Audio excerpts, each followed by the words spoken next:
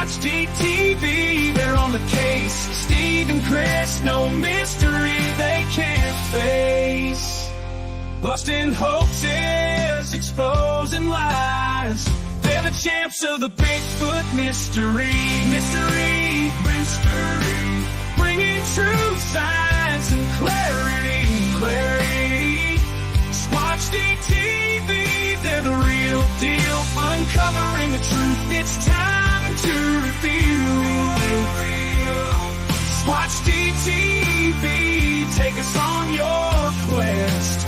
Find the legend, put the rumors to rest.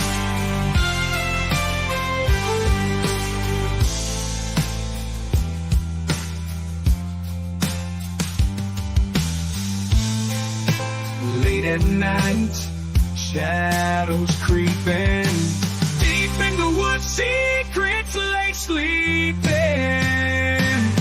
Ooh yeah. Squatch-D, they're on the case. Steve and Chris, no mystery they can't face. Busting hoaxes, exposing lies. They're the champs of the Bigfoot Mystery. Bringing truth, science, and clarity. Squatch-D, they're the real deal. Uncovering the truth, it's time to reveal. Welcome to Squatch-D, where the truth is first before all else.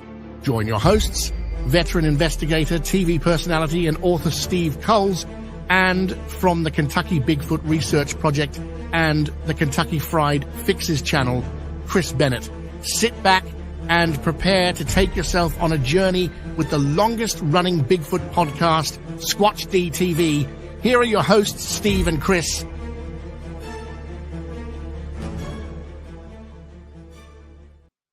And good evening, cyberspace. Welcome to Squatch-D for today's date, August 11th, 2024. I'm your host, your guide, the Squatch Detective Steve Kulls, along with my co-host with the most, Mr. Chris Bennett. Hello, Chris. How are you, sir? Steve, man, it's good to see you. I got to check out some of the videos that you did up there in Ohio, and I noticed on one of them, like you were singing with this other guy. Yeah. What's going on there? Yeah. Out there rocking a little bit. Karaoke or something going on? Or what? Well, actually, he had written a couple of songs, one about Bigfoot in particular. Yeah. And since it was since he allowed us to use it, we were able to air it. Right. And he wanted the karaoke sing along with it live. Yeah. And would you mind if I did some of the verses with, the choruses with you? He's like, please do. And he just loved that, I have that metal voice. So yeah. I was just pounding it out there. And yeah, some people were going like, holy fight. Steve is actually, singing. And there I am out there belting it out. Of course, a lot of people don't know that I am or was a metal singer. Yeah. And once you're a singer, you're always a singer. My voice sounds nothing like when I talk. And you can agree to that, Chris. You've heard. Yeah. In fact, Chris and I were jamming out. We were listening to some of Steve's older stuff before the show. And was like, we got to go. And Chris thought, wow, this is pretty good. I like it, yeah. And Chris, and it's up to you guys. I'm thinking about sticking the video at least in the members area and let you guys check it out and check out the old band stuff from back in the day. It is heavy metal. So if that's not your genre, I get it, understand.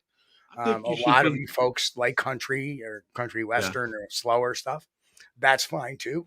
But I was a fast-paced metal band singer. Well, some of it is a bit heavy. But now that last one we was listening to, that was, on the rock side of metal there, so it's not too bad. Well, the band had a very diverse background. The drummer was a jazz drummer. Yeah. The guitar player was kind of this classic heavy metal type of guitar player. Yeah. And the bass player, like me, was brought up on metal. Yeah. So, in heavier metal, bands like Pantera, Metallica, Disturbed, Godsmack, they were all in the day that we were drawing upon a lot for our inspiration. Well, yeah, the guitar guy is really good. I mean, he's very advanced. You can tell. And he plays left-handed. He plays with the guitar upside down, like the other way, like Hendrix played. Yeah. And but yeah, it was a fun time, fun bunch of years. But I just want to throw this out there. Welcome to Larry Sharp, became a new YouTube member. Welcome, thank you so much, Glad Larry. to have you. We don't see that name too often here, but Larry, welcome to the gaggle. Make yourself at home. And of course, first in tonight is roll call. Who was in tonight? Pat Collins is in first tonight. Relic Common swung by. Don Gamel Jr. Hello, Don. Sharon, hello. She's also going to check us out tomorrow. Walter Kroll. Of course, Larry Sharp was in next. Lance Windsor, Trick Barron. Daniel Weeks, Bristol. What's going on, brother? Miss Allison B. Hello. Hello, everyone from England. Well, welcome from over the pond. Right. Good to have you. Traveling with Jim, my good friend Jim. Marty McKay. Good to see you, Martin. Who else we got there? David Parker. Hello, David. Arthur Watch. Good to see you, Arthur. Sandra Piper. How are you? Finding the Trackway is in the house. Bill. We have a great picture of Bill and I and Jen and Mrs. Trackway up on the memberships community post. And they stopped in to say hello, and it was great hanging out with them for a little bit. Grasshopper, what's going on? Angel Nolan, Eyes in the Woods. There's the bouncer herself, Jen. What's going on? Jen. The Beatron is in the house. Beatron, good to see you. DM Zabo, hello, DM Zabo. Good to see you. Scrolling. Here we go. I'm lost. Yeah, a lot of people in the chat tonight. Thank you guys for hanging out with us. John, Sasquatch Wizard Adirondacks. He just came off a Nikki show. So right, cool. Kathy Zabrowski, good to see you, Kathy. Hello. And I've been lost for a while. There's Mrs. Trackway. She has checked in. Mrs. Trackway. And Walter, there's Walter gifting 5 memberships. Walter, thank you so much, Walter. What a guy. John, welcome, John. How are you? John? Jay Fritz, who said boo. Jay. I can see Jay. Well, Little Kilroy is not here. I also won't see Buttworm. Yeah. DM Zabo says, "Hey Chris, the chat is hopping." Yeah, it's hopping. All right. Yeah. I'm trying to scroll through it, and it's like jumping around. Yep. But thank you guys for being with us. We appreciate you. But boy, oh boy,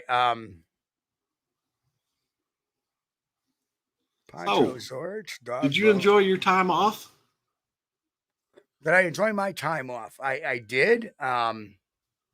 It was a long drive. It's about with stops and everything and gassing up. It's about an 11-hour drive for me out to Hocking Hills. There's Little Kilroy. Said Little Kilroy, I heard you. Little Kilroy, yeah.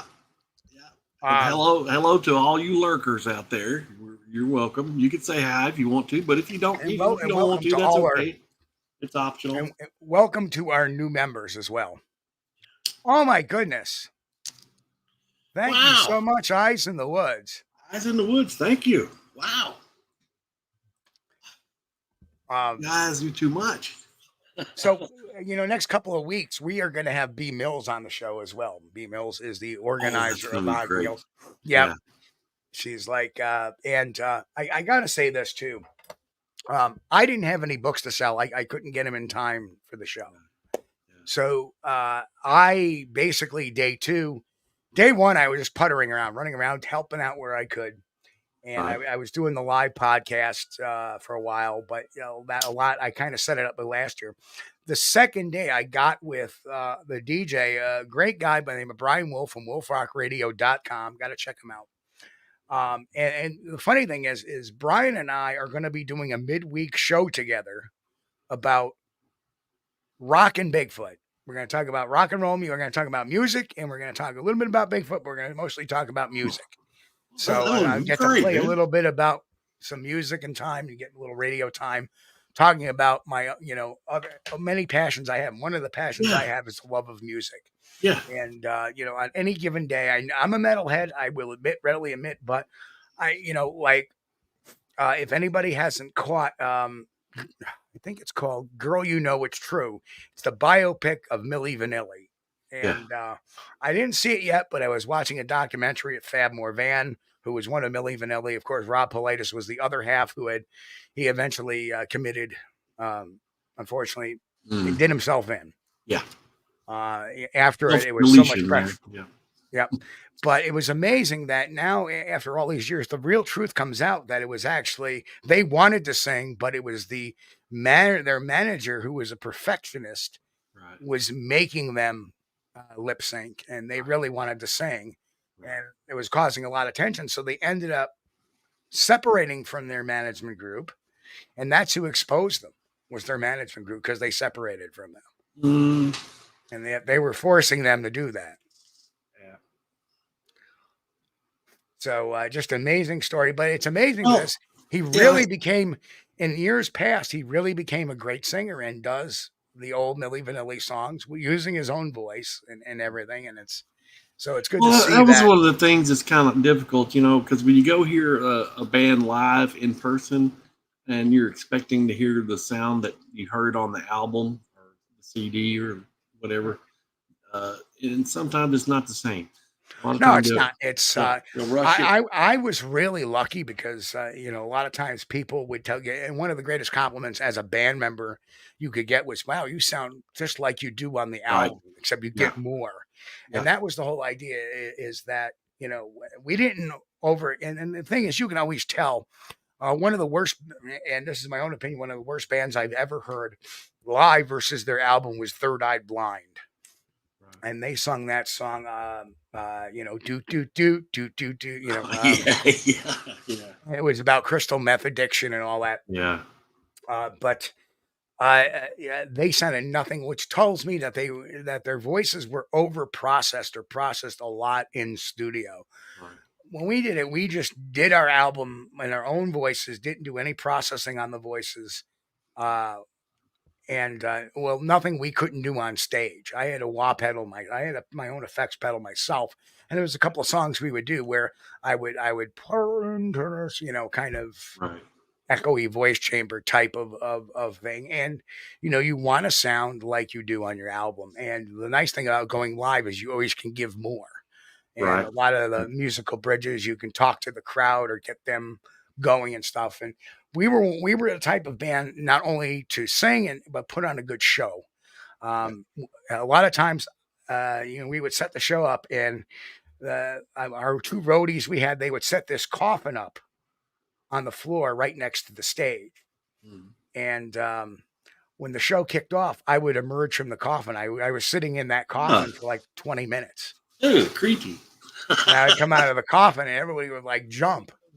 Here I am singing the song out of the coffin, and we'd have the fog machines going, strobes going, and a good light show going on, and it was very entertaining to give the people their money's worth, right? Yeah, gotta get some entertainment out of it, yeah. So Kiss puts on a good show. They really do. Slipknot and what's that band from Germany? Rammstein. Rammstein puts on one hell of a show. Oh, well, what we're going to talk about tonight? Well, tonight we're going to talk about. Yeah, what we're going to talk about tonight is some of the strangest Bigfoot cases I have ever dealt with or investigated. Ones that I feel that have a lot of potential to them. That was likely a Bigfoot. In one particular case, I had an experience that I still cannot rationalize in my head. Right. And we traveled the country for these experiences and for these different cases. And then finally, we deal with our final case of the night. We deal with a cryptid case, not a Bigfoot case, but a cryptid case. And that in itself was a very interesting, but a very forensically correct job.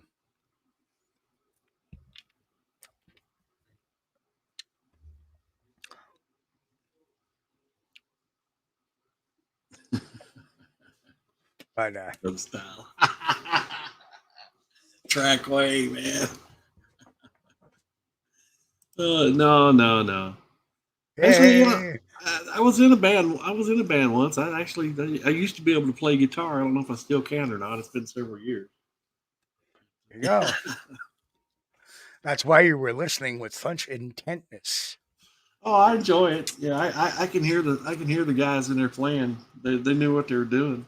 Yep. Sure did. Oh, and before we get started on our mission, I want to thank Suzanne Ferenchak. She had gotten these books from one of her doctorate friends where she works, and we each of the speakers got this wonderful hardcover book called Coyotes Among Us. Hmm.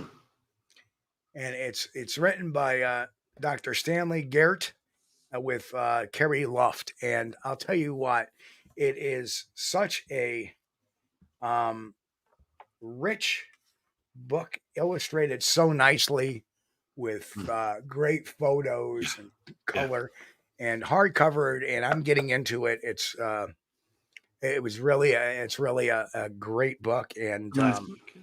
yes, and it was very nice of Suzanne to get one for each of us for being there. And of course, I can't not thank B Mills enough for having me out there. It was a great time, great lecture. For those that are members, including the new 5 that got the free memberships, if you go over to the membership section, there is there's actually my presentation at the Hocking Hills Festival this year, talking about primate behavior, and talking about that in relation to Sasquatch behavior. And I talked for about 48 minutes, and that is not a heck of a lot of time. So there's a lot of information I had to put into that. And for people that know me, that when I do talk, I do put a lot of information into my programs, and so you just kind of got to hold on for the ride sometimes. Bring a notepad and a pencil. And there actually was a guy in there writing stuff down. There was a couple of people writing stuff down. Yeah. That's right. Which, but great crowd, kept everybody seated until towards the end. And Jay just gifted 5 more memberships. Thank you, Fritz. Jay. Thank you so much, Jay. Oh man, what a sweetheart. So now we got 10 new members. Wow. So yeah, and welcome to all our new subscribers as well. Yeah. So make yourself at home. You'll learn to have fun. Yeah, so Jay snuck in. Boris snuck in. Boris Khan is in the house. Nikki snuck in over Sasquatch Secrets. Nikki? So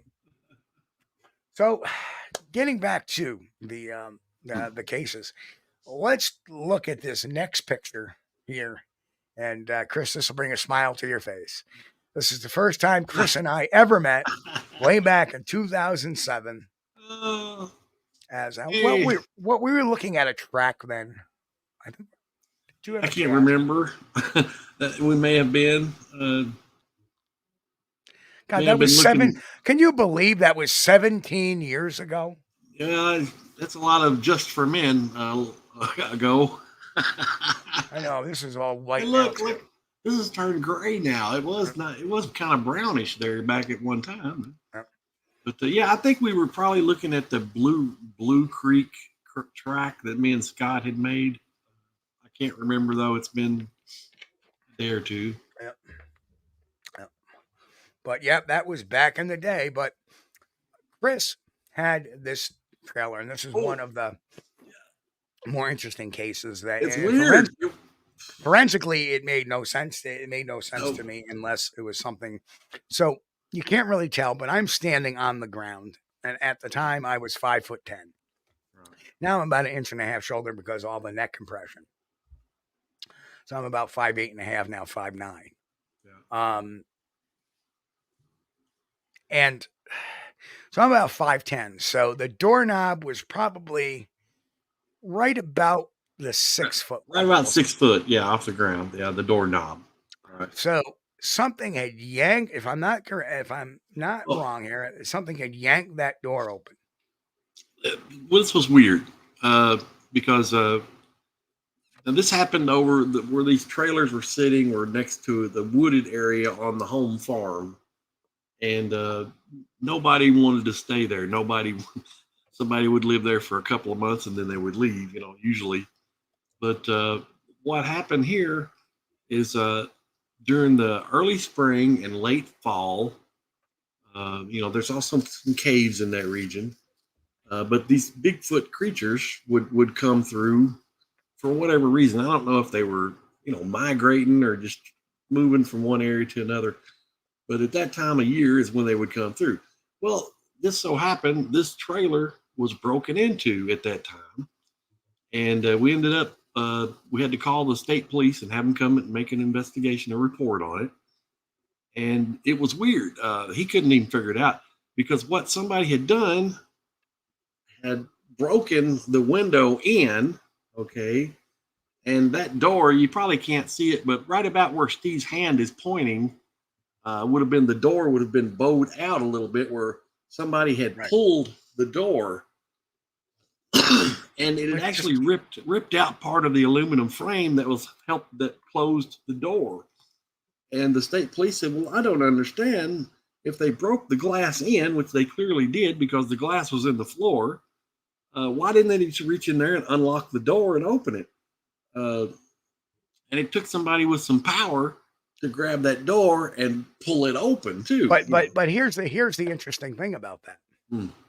Now, there's no pry marks on the door at all. None. No. Now, if you're 6 foot tall, and that doorknob's about 6 foot, right? Your center of gravity this is not your strong point. Trying to pull a door open like this from above your head or anywhere up here. To pull something out, you want to get it to where your center of gravity is. That way, you put the most weight into it. So whatever pulled out that door, either center of gravity was much higher, or it had some incredible strength. Right. And there was nothing taken. And it's not like you could put like more than a 1 or 2 hands on that doorknob. So if there was 2 people, how could like 2 people grab the same doorknob? I don't know. There was no stairs. There was no stairs below that. Huh? There was no stairs below that door. Nope. It was just weird. It was one of those things that ended up, happening that was weird over on the farm. And, this led to another weird happening because I had been going over at night and staying in the barn, which was about maybe 100 yards away from this. And I was kind of keeping an eye on the place at nighttime for a couple of hours. Every night I'd go over there and I'd take my rifle with me and see if somebody was messing around over there. And one night I went over there and I'd been in the barn for about an hour, I guess, and it started snowing. And I remember it was really snowing hard. And I thought, well, golly, I'm going to get on back. Ain't nothing going on. Ain't nobody going to be out messing around with it snowing this hard. So while I was walking back to the house, that's when I ran across a fresh set of tracks across the field, and they went directly into the cedar thicket that was behind my house. And that kind of upset me a little bit because these were large, 18-inch tracks at least. And they went right, there's even a place where it stepped over the fence and bent the top roll wire down on the fence where it stepped across.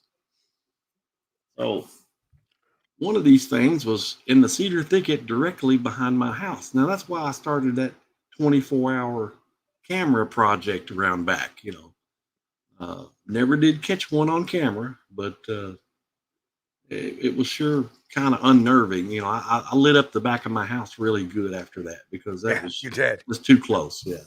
Too close. Yeah, it was forensically. It was like it makes no sense. Something. Right. I mean, mind you, that pane of glass is now at the 6'3", 6'4", 6'5" level. Right. So that would be a good reason why somebody wouldn't be able to reach in. Right. Even an 8 foot tall Squatch, I think, would have trouble reaching in and trying to grab that doorknob, especially if you don't know what a doorknob does. Well, that was the thing. Yeah.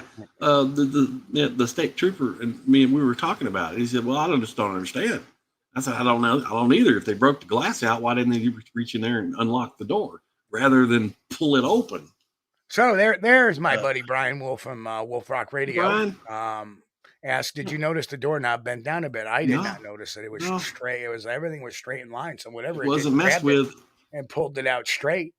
Whatever, had grabbed where the window was broken, had grabbed the door and just forced it open, or maybe two hands. I don't know, but it has like aluminum. I guess it was probably a 1/4 inch thick. The framing where that door was mounted into that trailer house, and part of that was pulled out. So whatever did it or whoever did it had some pretty good strength behind it. And didn't do anything in the house. No, nothing was taken, nothing was damaged. There was a washing machine there that had the lid up on it, and it had water in it, but that was it. Now, could that have been motivated to get a drink of water? I don't know. If they even knew to look in there to get water. I don't know. I have no idea. But that was one of the weird things. But that led to me finding those tracks in the snow. And that was strange. And eventually that all led to how Chris and I met. Yeah. I had thought it was somebody over messing around at first. But after I found those tracks in the snow, I was like, well, wait a minute. No, this is somebody walking around with great big old bare feet in the snow. Something ain't right. Yep. Something ain't right. Something ain't right. Was there any, finding the trackway, was there any signs of a grip? No, you couldn't see like any, like the fingers had indented, but the door was bent. The door was bent. So something had put a lot of pressure, on it. No, and then he asked, was the windowsill crushed? And no, the windowsill was not. Windowsill, aside from the glass pane being broken, was intact. The door was kind of bulged towards the outside. I don't even know if you can see it in there. Yeah, maybe it did bend the frame a little bit, Steve. Or you're pointing with your finger. Yeah, the frame may have been bent a little bit. Right. But the frame was bent out. Yeah, towards the outside of the home. And nobody ever used the back door on this trailer. That's why there were no steps back there. But and that the odd thing is, if somebody was going to break in, this side would have been backed to an open field. The other side would have been facing the woods. So if somebody was going to break in, it seemed like they would have went around to the other side where the woods were. Right. But, yeah, it was weird. It was just a weird. Why would you do it street side, not the back side? Because it was a back door as well. Right. And this is one of those. The door wasn't bent in; it was actually bowed outward a little bit, where it pulled. It pulled so hard it kind of. This is one of those pulled weird the aluminum things. Frame away from the door itself. This is one of those weird things when I at first thought it was somebody had done it, and they were over there messing around looking for something to steal. So that's why I started going out watching that place for a couple of hours, about every night. At that time, I didn't have nothing else to do. I'd go over there about 11 o'clock at night and come back home about 1 o'clock in the morning. And but that led me to finding those fresh, just made tracks. And that's why I started thinking, instead of relating that incident to somebody, maybe that incident was related to something. Right. So that is a curious case of the Kentucky burglarizing Bigfoot.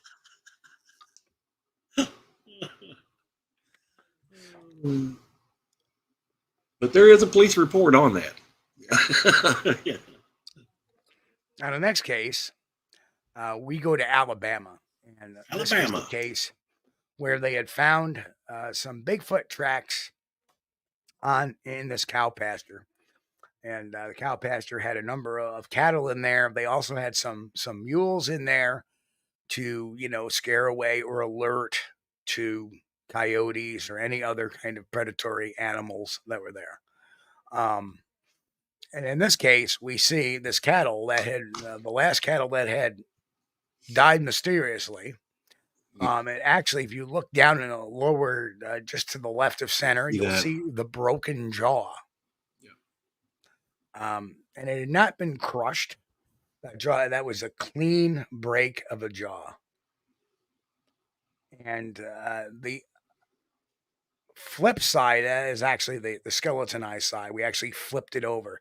The back side had no predation on the back end. And a lot of people know when a predator takes down a large animal, such as a cattle, they usually go for the hindquarters first, and then they jump up. But there was no predation noted on any of the skin. Anything that had eaten this cattle or made it disappear was through natural rot or insect. There were a lot of insects there that were feeding on it. Perhaps some smaller critter down the road. Smaller critters may have taken some of the innards of that as well. But the other interesting thing was that if you look on the right hand picture, the mechanism, the ball of the skull, the base of the skull, had been dislodged from its neck. So basically, it had a broken neck as well. So Heck of a right cross to do that. Well, I think what it did was it grabbed it and just went. Yeah. No, grabbed it by its lower jaw and went snap. Because that would explain why that saddle of the skull got popped out that way. Right. In relation, and the jaw was broken the other way. Right. So there was no predation. The bone, like you can see the skeletal bones on it. There was no bite marks, any kind of any predation signs on it at all. So, well, we investigated similar activities on the home farm there. My uncle had leased the farm from mom and dad, or they made some kind of deal on it where he could use the farm for grazing his cattle. He was raising beef cattle there. And he started having some calves. Every time he would get a calf, it ended up dead. Right. And he drug them off, into the back of the farm. And, of course, they would stay there and decompose. And after they got to where, they started decomposing, I got to go over there and look at them and check them out. And they had their necks broke. But, the whole calf was laying there. It wasn't, I would thought if it would have been a Bigfoot related, that the Bigfoot, if it killed the calf, would throw it over its shoulder and take it off, or if it was going to eat it. But there must be some other motivation for the killing if they're not going to eat it. Maybe they ate the liver from it. I don't know. Or some of the innards from it and just left. Maybe some animals are just kind of too big for a Squatch to maybe feel comfortable hauling off. I mean, you got to figure that, that the donkeys are braying that are there. Yeah. And the cat, and there's, probably about another 50 head of cattle on the farm there that are probably rustling around and very nervous and acting nervously. Yeah. Now, that night, I had gone out into the cow pasture with night vision NVGs. And as I'm in the middle of the cow pasture, one of the weird things, like I said, this is about some of the weirdest and strangest cases I've ever been to, is I don't hear something, but I feel like I'm being watched and it's coming from the left side of the field. Mm-hmm. So I go back into base and somebody else was there with a thermal imager. And they spotted something walking from the left side over to the right side. Right. So between the crops of trees to the left to the crops of trees to right, I finally get my night vision on it to where I see something dark, tall, and upright going into the wood line. Just the last couple of seconds. I go booking out there, not realizing nobody's behind me. I stop at the wood line. And I hear it moving. Right. But at that point, with nobody behind me, I wasn't really sure about going in there, knowing that this thing is jumping cattle and just snapping their necks. I don't think I would. Right. So at that time, I let caution prevail, which is a rarity for me. Well, yeah, but if that thing can break a cow's jaw, what's it going to do to Steve Kulls' jaw? Yeah. And the other crazy thing is I would have expected everybody else that was there to come out with me, and nobody did. They were all in fear. I went out there and I was the only one out there going, where the hell is everybody? Right. Pardon my French. But I was quite angry that nobody came out. Nobody wanted to follow up on this. That just irritated the snot out of me. Well, it's something else too that for some reason these Bigfoot creatures in Alabama seem to have some sort of reputation about being kind of mean for some reason. So do the Florida Panhandle ones. And this is very close. Right. This is within 10 miles of the Florida Panhandle. Okay. So, and the one we saw, the one that was walking did not appear to be much taller than 7 foot tall. It could have even been smaller. So it was very skunk ape in characteristic. Well, yeah, that's one of the things, I never could understand if you're going to relate the Bigfoot to have killed the cow or killed the calf. Chris, I got a pop off camera for 1 second. Go ahead, babe. Yeah, it seemed like there would be some sort of motivation there besides just the killing of the animal. That's why I hesitated to connect the calf killings to anything that would be Bigfoot related, because I didn't see any benefit of it. What benefit were they getting out of it? Now, if they were just killing them and pulling off a hind leg or taking them, packing the whole thing off for meat, that might be another thing. But I don't know why they would kill something just for being able to do it. It just didn't make any sense to me. Yeah, Jen. Watson's probably getting a treat right now, but that's okay. Did you guys watch? I noticed a lot of you guys was watching the feed that Steve did on the live feed. I saw the chat in there. I wasn't able to participate because I wasn't there during the live show, but I saw a lot of guys in there. I saw Mick was in there a lot. The chat during the Hocking Hills feed. Okay, I'm back, Chris. Oh, there's Mick. Said, of all the reports I've read, the further south you go, the more ornery the Sasquatch. Just saying. I believe that too, Mick. It's kind of weird. And Brian says, please are crossbreeding. I don't know, Brian. I don't know. Crossbreeding with what? I know Brian's new at this, so. I don't know. I mean, But yeah, I mean, anytime you hear Bigfoot stuff from Alabama, it's like, what was the guy's name? Coonbo. I think Coonbo would tell stories about guns being wrapped around trees and hunters not going back to those hunting grounds again and things like that. Or maybe the hunter disappeared. I can't remember. It's been so long, but it was very, these Bigfoot creatures in Alabama seem like they're made out to be notorious for some reason.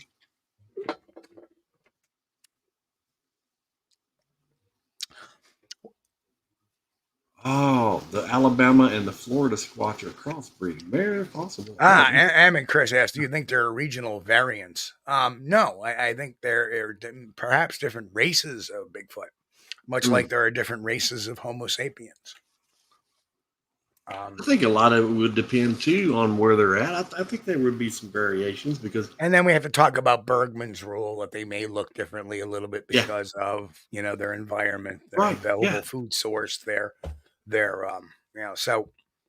You get some of them that look like football players, and you get others that look like basketball players, kind of long and lean, not really muscled up or anything.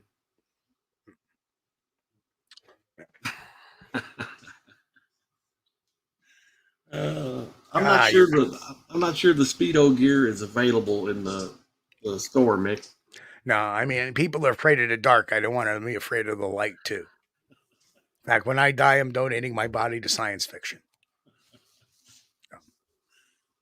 Oh, but that's definitely a broken neck there at the base of the skull is disconnected, and you've got a broken jaw. And that in itself is a feat on that. Then again, knowing what I know now versus what I know then. I mean, this is 2007. Mm-hmm. I think this was perhaps on the same trip I had seen you, Chris, after I met Yeah. you.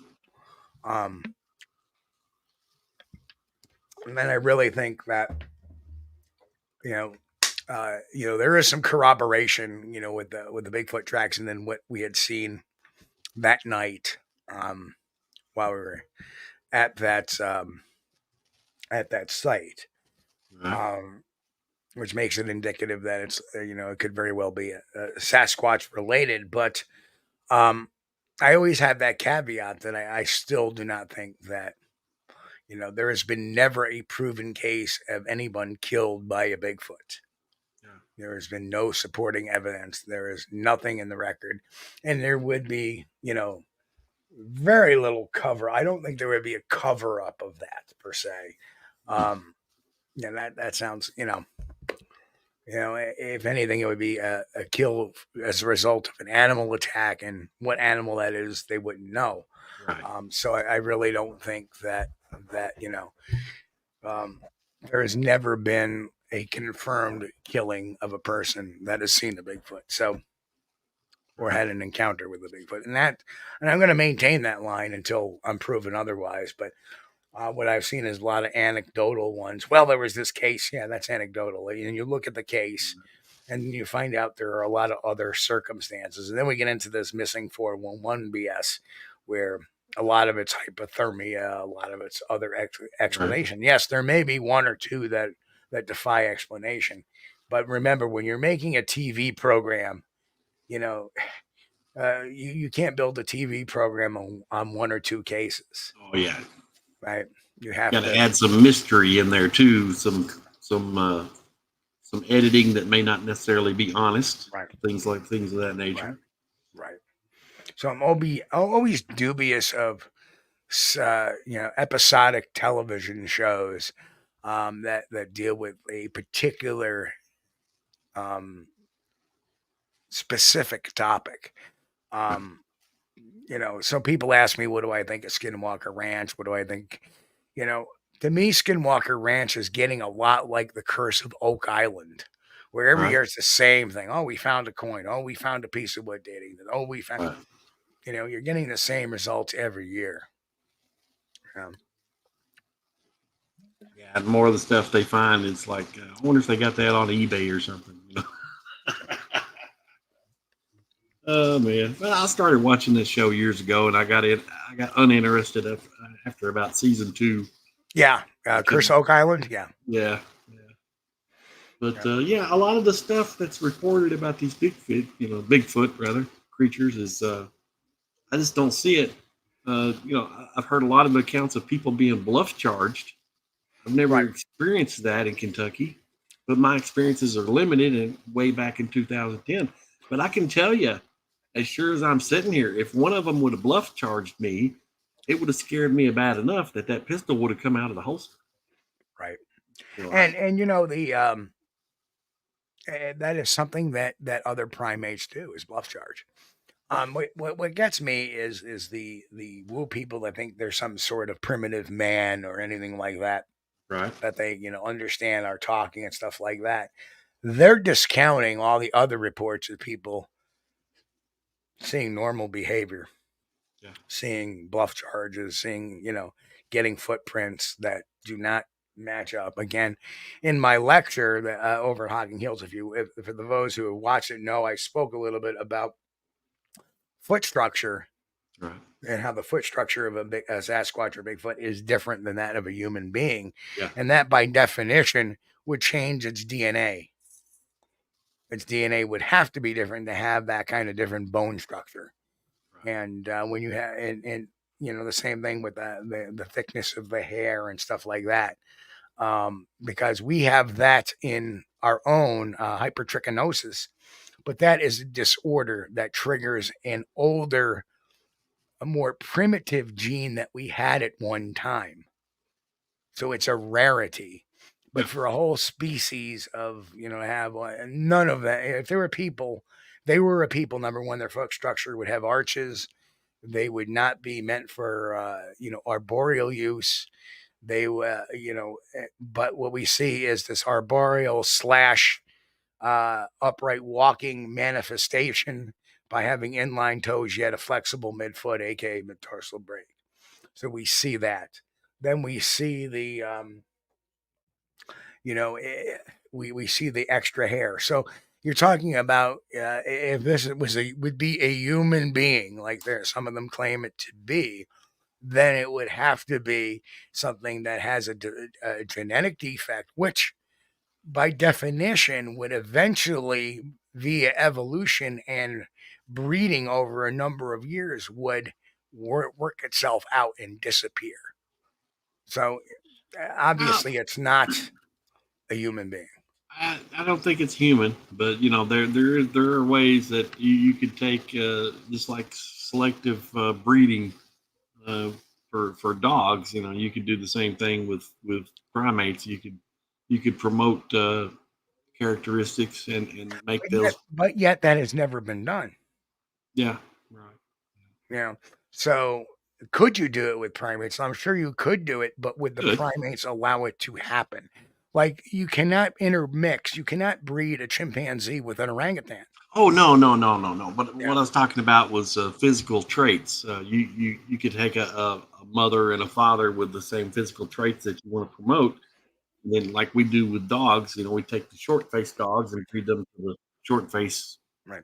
And Mick, we are getting there to what's the weirdest Sasquatch-related event that I can recall. We're getting there. Trust me. That one's up next, I believe.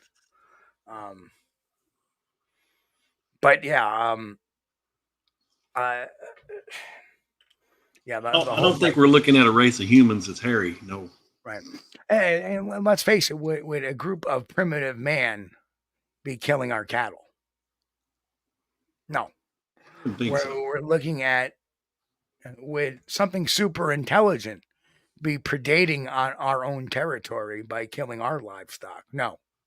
So this to me is telling me that they are not any more intelligent per se than your chimpanzees, bonobos, gorillas, billy apes, orangutans, yada, yada, yada. Because they're going on territory which is clearly marked, clearly not theirs, and taking property or killing property that's not theirs. Yeah. Understand that if they were any bit human, they would understand the concept of understand the concept of property. They would understand the concept of ownership. They would understand those concepts. They do not. Yeah, but hunger can make animals and people do some pretty sketchy things. Right. If you get hungry enough, you might be willing to go grab a right. And I would anticipate that, but I wouldn't anticipate that in a animal-rich environment such as Alabama, particular part of Alabama. Plenty of deer. Yeah. Plenty of deer, plenty of hog. There's also feral hog out there as well. So there's plenty to eat out there, and plenty of water source too. In fact, there's a water source on the far side. Actually, that's where they have found the tracks. Right. On the very end of the pasture lane. It's kind of like a narrow strip, and at the very end of it, there was a stream running through. That's where they had found the tracks over nearby. So whatever it was must have been, and the cattle do wander down there. Right. So I'm just wondering that, if them coming in sees an opportunity to get a quick meal. So very possible. There's a very interesting Mork and Mindy conversation going on in the chat right now. And just so people, in case you didn't know, another little trivial fact about Mork and Mindy was that Jonathan Winters was actually Robin Williams' comedic idol. And he got to work with him, and that was really exciting to him. Yeah. And they had bonded and became incredible friends. In fact, shortly before Jonathan Winters' death, there was a documentary about Jonathan Winters, and Robin Williams was on a big share of that because Robin Williams came over to visit him. And my God, those two together were hysterical, even on just a visit. And then, unfortunately, Robin got sick, and he did what he did years later. And I think that the death of Jonathan Winters, who was his idol and became a good friend of his, I think also contributed to why he ended his life the way he did. But anyway, I digress, and back to the Bigfoot. So let's go to our next slide here. And now we're going to go to Shiprock, New Mexico, that particular area, particularly about 14 miles west of Shiprock, which is Tisnos Post, Arizona. And Chief Dam lived on this piece of land, and they would get visits occasionally. They say occasionally they would spot a couple. And we will show a couple of things that I want to show on this. See if I have those queued up. If not, not a big deal. Shiprock, New Mexico. What a cool place. What a cool place. So let me just pull this up a second, and I'll give you a good. No, that's not the one. If you guys have never been to Shiprock, you need to go out there and check it out. Put that on your bucket list because they got this big rock formation right out in the middle of the desert. It looks like a big battleship or something right out in the middle of the desert. It's cool. And it's big. It's big. Love now, New I'm going to Mexico. add this up to the. I'm going to add this picture in real quick. Love New Mexico. What a great place. You got your desert basin, and then you got your mountains. Mountains. So which this are is green. one of the pictures taken on the property we were hanging out. Mm-hmm. And as you can see, in the very back, right in there, is they actually saw it run into the wood line.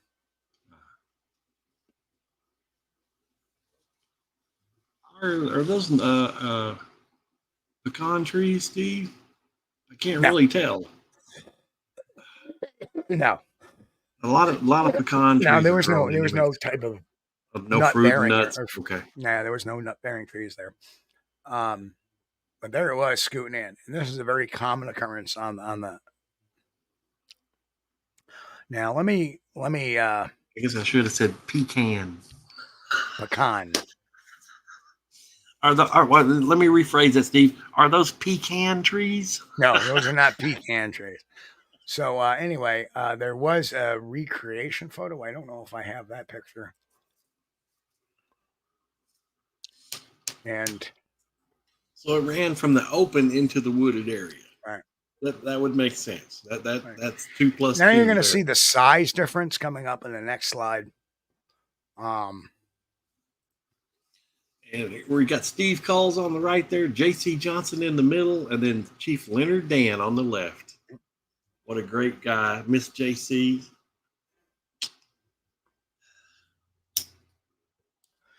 Hang on, I'm trying to get this next picture. Nope, he left us too soon. Sure did. So anyway, that's the comparison picture. That's actually a person standing there. General area. Wow. Right. You can so barely, much bigger. Much right. bigger. Much bigger. You can barely see the person from the brush. Right. Right. So whatever walked across there had to be considerably taller for them to notice it. Yes.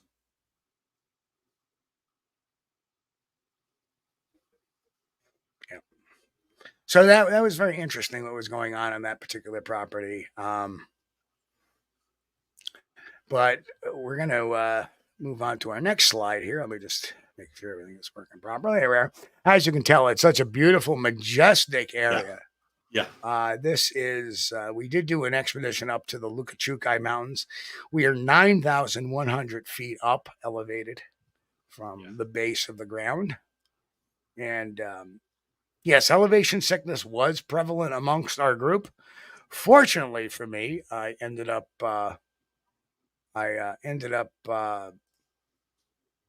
drinking some caffeinated beverages, which basically I didn't get any elevation sickness. But as you can see, you can actually see Shiprock in the picture off in the distance. That center to the left, that's that big object, not in the dead center, but if you go a little bit to the left, you'll see I forget the name of the object in the middle, directly in the middle of the screen, but just to the left of that, that's Shiprock. That is Shiprock, and we're looking at either the back end or the front end too. We're not looking at the side because if you look at it from the side, it looks like a big battleship. It's pretty cool. That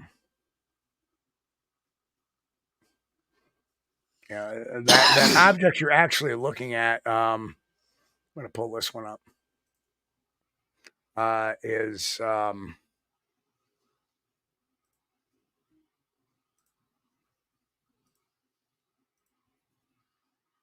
is actually this. Yeah. And believe it or not, that was actually in the Transformers movie, the very first one, when they were doing the battle scene in Iraq. Oh, I didn't pay attention. They actually filmed the Iraq scene because of the desert environment right here on that piece of land. I knew they had filmed one of those from down there in Alamogordo, New Mexico, or based out of, because they had some of the robots was in the Air Force hangars out there. Right. But the Iraq scene was videotaped here. In fact, you see a scene where they're walking over a hill, and they filmed that right about here. I'm sorry, right about there. When they walked over the hill, and this was in the background. I'll be dang. Well, I have to look out for that next time I watch that show, which I hadn't watched. I watched it one time years ago. But it's in the very beginning of the show, and it's there for about a second and a half. But that's where they filmed all the desert scenes. Was right. Very cool. So just a beautiful area, as you can see. That view, we're probably looking at 3 different states from that view. We're looking at parts of Colorado and parts of Utah as well from that view. That's Four Corners area. Yes, it's in the Four Corners area, correct. And the Four Corners area is the only part of the country where you can step into 4 different states by just taking a step. Yeah. Now, the cool thing is the Daniel Boone State Forest, there is a place where you can step into 3 states. You can step into Tennessee, Kentucky, and Virginia. And I've done that. But well, I've never been to the up there right at the Four Corners where you can actually do that. I've always wanted to, but it's been one of those things, like I'm not going to make a special trip to do it. Okay. Right. But the next time I'm passing through the area, like on the way to the Grand Canyon or something, I'm going to stop. And yes, Boris, it's not a movie I watch very often. The Transformers movie. Well, we got a movie that was made here in Horse Cave, Kentucky. What's the name of it? That tells you how good it was. I can't even remember the name of it. But it had Guy Pearce in it. What was that? Okay, now I'm gonna have to mute out because I'm gonna. Oh, now he's gonna be typing away trying to figure out. All right, next slide, Chris. So, one of the nights, the night before, the most interesting thing that happened to me in that whole area, we had set up some bait. What we did was we opened various cans of food we had hanging about. I think this is clam chowder, actually. Ugh. You're not going to try. Why would a Sasquatch go after clam chowder? I have no idea. But nobody else wanted it. I will say this. The next night, the clam chowder had disappeared. Huh. Now, there had been something on trail camera, but the trail camera was snatched, and I never did get to see what was on that trail camera. That's kind of suspicious, isn't it? I agree. But those pictures never surfaced. Yeah. So could it have been one of the team members that was there that actually took the clam chowder to make it look like something happened? And they got caught. I don't know. Yeah, very possible. So now, and then, okay, so now we're going to go to the main event. And this is the night that this event had occurred. And there's me and JC and Chief Dan at the fire. And there was a gentleman that was filming us. His name was Brian. And Brian had seen something. Now, off in the distance, way off in the distance, there was a street light. Again, there's a lot of scrub brush. And it may go up 7 or 8 feet. But when you look off in the distance, there was a road that was kind of elevated a bit off from where we were standing that went across one of the mesas there. And there was a house up on the mesa or near the mesa off the side of the road. And it was a street light near the house. And basically what happened is the cameraman saw something, a shadow, block that light out for a second at all. So he says, Steve, I think you better get your night vision gear. So I went to the other side of the truck we were using. For whatever reason, I went the far side of the truck. It was just a matter. And that's going to be off if you're looking at this picture, this would be off to our right-hand side. And I ended up getting the night vision out. And as I turned around, something ran out of the brush and away bipedally. Right? It scared the hell out of me that I didn't know when I first heard it. I didn't know if it was coming at me or not. I pulled my knife. First and only time I pulled my knife. Because that's all I had on me. I didn't have my mace. As you can see, I have my knife strapped on, but I don't have my mace strapped on. And I grabbed my knife. Because I didn't know when I had it right at my waist level, pointed outward towards me, because I didn't know if something was bum rushing me or not. The next day, when it gets light out, there had been a fence to keep in animals if they put some cattle in that corral, which there was no animals in the corral at the time. Something had knocked over one of those fences. So something I basically scared the hell out of. I came really close to something that decided to run off.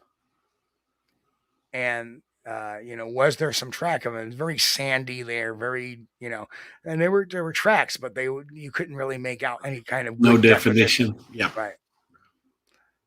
Bad thing about sand. Yeah. It's like a very fine, very heavy grained. So it doesn't really, it's not like a fine powder. Right. It's like trying to leave a really good footprint in very dry beach sand. Really doesn't happen. Yeah. No, you just see an impression. That's about all you're going to get. So that is probably the weirdest event and probably the closest, because that sumbitch, when it ran out of there, and it like I said, it wasn't low to the ground. The sounds were high. Right. And all I can say is that I drew in fact, Leonard Dan drew a picture on a napkin, and it was a picture of a guy jumping out of his boots, because they were sitting there. They had all heard it. Right. They had seen my reaction. They'd be like, what the, well, if whatever it was ran through a fence. Yeah, the farthest fence, the near fence, it must have leapt over, but it was interesting because we heard it and we heard a crash. And the next day when it was light, because as you can see, it's pitch black out there. You go 10 feet, you're in complete darkness. Right. Yeah. Even though I had my night vision, there was no sense in running after it at that point in time because it ran off. It was like, well, in the morning we'll take a look around. And have daylight to look at tracks if there's track evidence. And we did. We followed the tracks for a while, and then behind there is a gulch, and the tracks led into the gulch, and from there we lost it. And the night before we had lost one of the cans of food that just was there, and then it was gone, and there was no trail. There was really no distinguishable tracks around it. And I think it was a couple of cans, but I think we found one of the cans down in the gulch later on, but I'm not entirely sure. And so yeah, a very weird. Well, what would give me cause to think there was something going on there is if something ran through the fence, made it across one fence and then ran into another one and knocked down. Right. Well, I think what happened, it didn't expect me to come that close to it, so it took off. Because whatever it was, bolted. Never forget that. Everybody on the team was accounted for. Everybody was in the camp. Right. The truck was parked over to the right. The tents were over to the left, a little bit more center left. Yeah. Further back, and there were more people sitting on the right hand side or on the left hand side. Did you guys smell anything, Steve? No. Can you remember? No, I would have remembered. Yeah. That would have been prevalent in my mind. The only time I ever smelled anything was when we got the Ford-N cast. And we heard it walking around us and through there. So again, and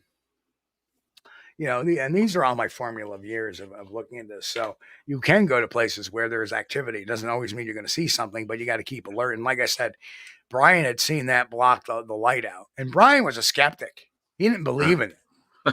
He was like, all of a sudden he saw that and he goes, I think you better get your night vision stuff, because now he's starting to go, could there be? And then, we heard all that. And that's when he came out with it. Well, the reason why I told you to get your night vision is because I didn't want to say nothing earlier, because he did not want to buy us anything I was looking at.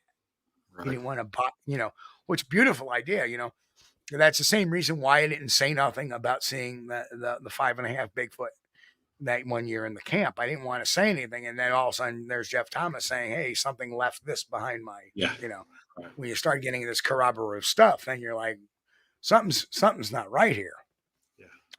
So we have that to contend with. Again, 12, 15 feet at the most. That's how close it was to me. And I had my back to it when it's moved. And I just, like I said, I had whipped around the corner, opened up the door, and I didn't even have a chance. It wasn't like it waited. It was immediate.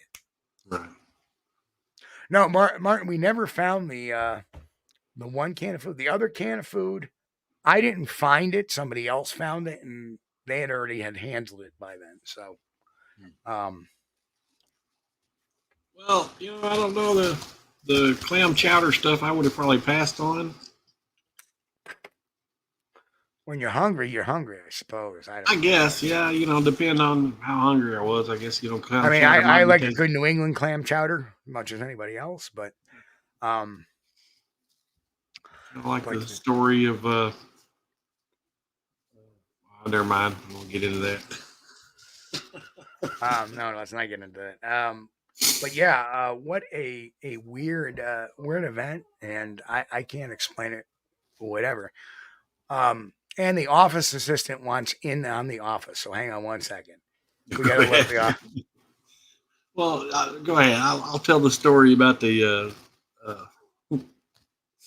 about Roy Acuff. Roy Acuff was talking with Jerry Clower down at the Grand Ole Opry one night. This is a true story. And Roy told Jerry, Jerry said, got a joke for you. He said, all right, go ahead, lay it on me. He said, I asked my neighbor, said, what you feed your dog? I said, I feed my dog turnip greens. He said, why? What you feed your dog? I said, well, I feed my dog dog food. He said, I couldn't get my dog to eat turnip greens. And the other fella said, yeah, mine wouldn't eat them for a month. Oh, geez. At the end of the month, he'd eat anything. Yeah. I'll be the same way with clam chowder, man. So the office assistant is now sitting in his chair looking at me with his grin. Yeah. Something else. Anyway, so yeah, that was Watson like get a treat. Now, mind you, I have had rocks thrown at me in Oregon with a researcher by the name of Joey Lowell at the time. And we were sitting down on the lower ground, upper, and there was rocks being thrown down on us. That was nothing.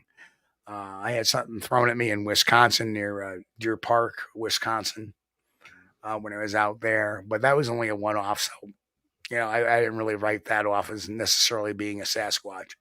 The one in Oregon, considering the history of sightings in that particular area, was near the Dalles, which is Peter Burns' research area.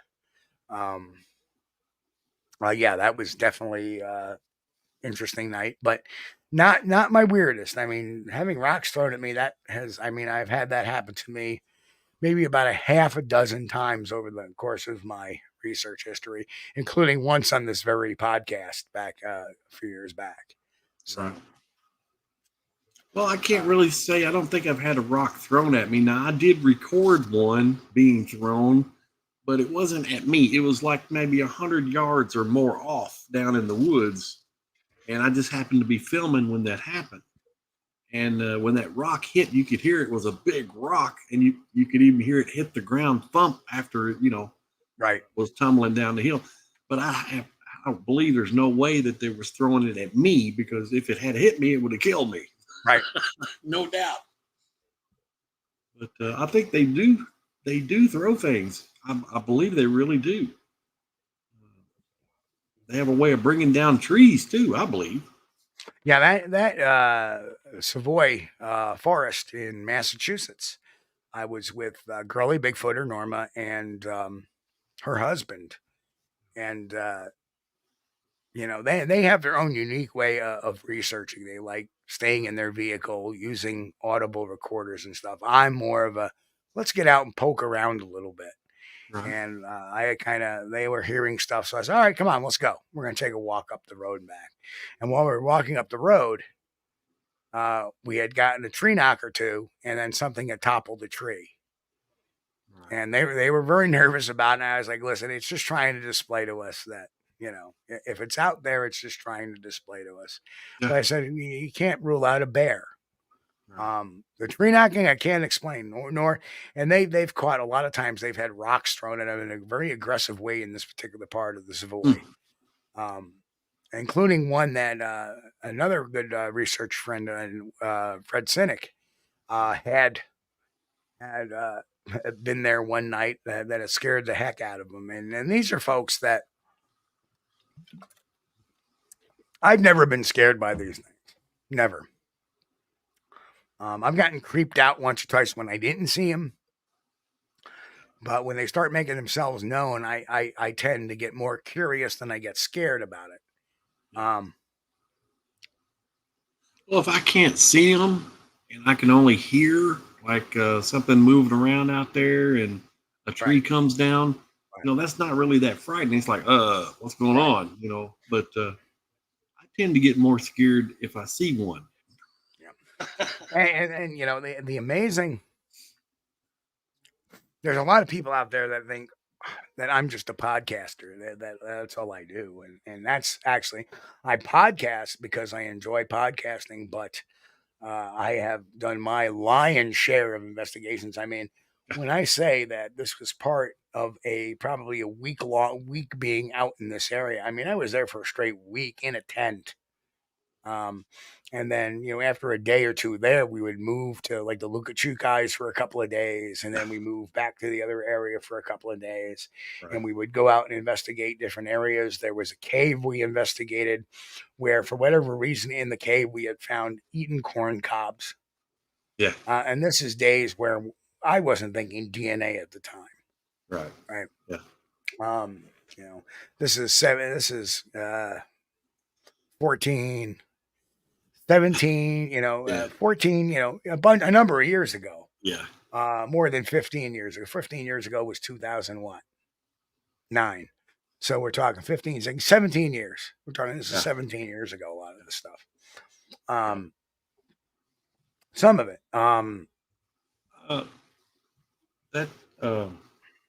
The DNA stuff didn't really start getting noticed until the early 2010s, I think. Yeah, it was about 2010s when we really started talking about DNA, and that was unfortunately brought forth mostly by Melba Ketchum at the time when we were starting the Ketchum Project. Everybody started making DNA.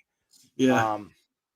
Remember, it was Josh Gates who, in I think 2009, that had brought DNA back. So we're still talking a couple of years off from that type of thing, and we're still a couple of years off from finding Bigfoot as well. Yeah, I think the mentality changed too, because it went from like, okay, if you go out in the woods and you get a picture of Bigfoot, you did it, you solved the mystery. Right. No, the focus, the focus was getting photographic evidence, audio evidence, and the focus wasn't so much necessarily on forensic evidence. Right. Although my job was to collect forensic evidence. There wasn't any outlets to test it. Yeah, if you go out there in the woods and you have a sighting and you get a picture and you get home and it's blurry, you're like, what have I got? Right. You got a blob squatch. Right. So yeah, and the fact is that JC had his own Four Corners Crypto. So he had done a lot of the investigation, and I'm there just to see if I can verify what I can verify. And there was definitely some interesting things. I had talked to one of his witnesses, Brenda, and Brenda's been on a couple of shows, not only for Bigfoot stuff, but for she had like a wisping figure on her property. It wasn't related necessarily as a Bigfoot. It was related more of a Skinwalker. The Skinwalker stuff. And I'll tell you what, when I was there, even the Navajo police said, "Oh, good luck looking for Bigfoot, but just be careful of the Skinwalkers."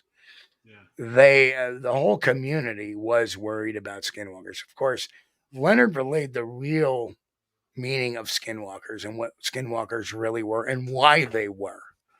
And the TV version is a little bit, how should I say it, watered down. Yeah. Oh, yeah. Native Americans believe that skinwalkers are witches that can shapeshift. Well, There's a lot to it. There's more to it than that. Yeah. right. JC could tell you. Yeah. But no, I sat there with Leonard, and Leonard talked about this, and this is not talked about, but the skinwalkers were created during America's westward expansion, and they were used to spy on the Union troops coming in, and the cavalry, basically. They were used to spy and fight the wars and fight other nefarious tribes. The Navajo and Utes were at war with each other for many, many years. And I think the other tribe nearby is the Hopis. Yeah. And, but amazing rich area. The Dene people are wonderful. If you go to Skinwalker Ranch, that is in Ute country. It's actually in Ute country. I did have the chance to see the Anasazi ruins there. But you think about the amazing thing about it is that during the time of the American Revolutionary War, the Navajo, the Utes, and the Hopis were fighting the Spaniards, the conquistadors. Right. That was going on at the same time the Civil War was. Yeah. So it's wild to think about that. Geologically, the area was probably some of the richest area I've ever seen. I'm going to show you another picture real quick if I can get this up. So, well, there was some gold in the streams around in the southeastern New Mexico. No, you know what the big money maker was? Uranium. Uranium? Oh, yeah. And I remember Leonard picking up a rock, handing it to me, and I look at it, he goes, "You see those purple crystals in that rock?" I go, "Yeah." He goes, "That's uranium." Now, I could have took that with me, but I was so afraid of setting off some kind of alarm at the airport. He's got some kind of radiological weapon on him. Yeah. Right. But anyway, here's another great example of the and Boris asks, "Yeah, guys, you're going to ask a question. Please put it in caps." Yes, Marty, it was Brenda Harris. He mentioned that Brenda Harris when I was talking about Brenda. Sorry, guys, I've not been paying much attention to the chat. But yes, I have been to Brenda's house. I have seen that site. Very interesting stuff going on there. Stuff I can't explain, nor would I. Have I been invited to Dr. Matt's area? No, I haven't. I don't know if I would go. But here you go. This is what they call hogback, and that is not a mountain.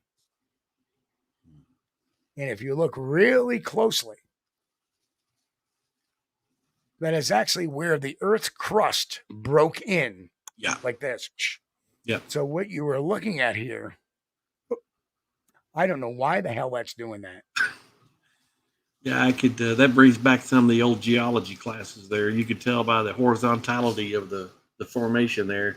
Like I said, for some reason, the software on my Windows 10 for photos is not really working very well. I don't know why. Yeah, there's some evidence of mountain building there. Yeah. But what you see here is the layers of the Earth's crust in the different eras.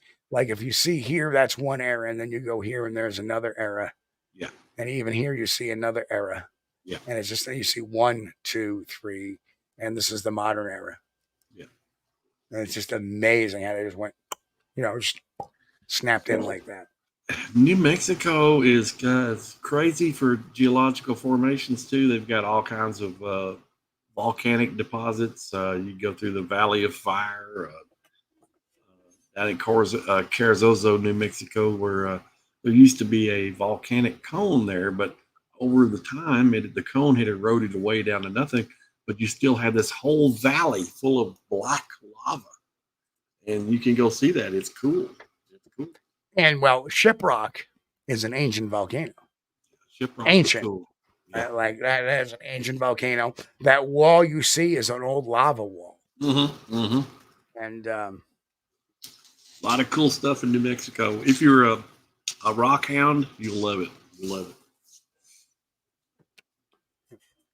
just unreal, that area. It's one of my favorite areas to go to. Because there's, you can go out in that desert and find anything. Yeah. Like literally, I did videos at the time where I was digging up. I was walking and I go, wait a minute, stop, look at that. Wait, and everybody's like, what's that? I go, those are desert carrots. And you could dig them up, wash them off with a little water. And they're little carrots about that big. And they just grow wild in the desert. And you eat them and they're juicy and they're the sweetest carrots you ever have had in your life. Yeah. Just unreal. unreal. I know up at when I lived out in La Luz, New Mexico, you could go up La Luz Canyon. There's a stream up there. And at that time, it was just sand road. You drove through the desert. I'm sure it's probably blacktop paved and everything now, but there's a stream up there you could go fishing in. The government, or state rather, would stock that with trout and all kinds of game fish. And I was up there fishing, and there was a guy up there. He had a big wide hat on and kind of weird looking guy. He dressed like he was back in the 1870s or something. And he had this old antique gold pan.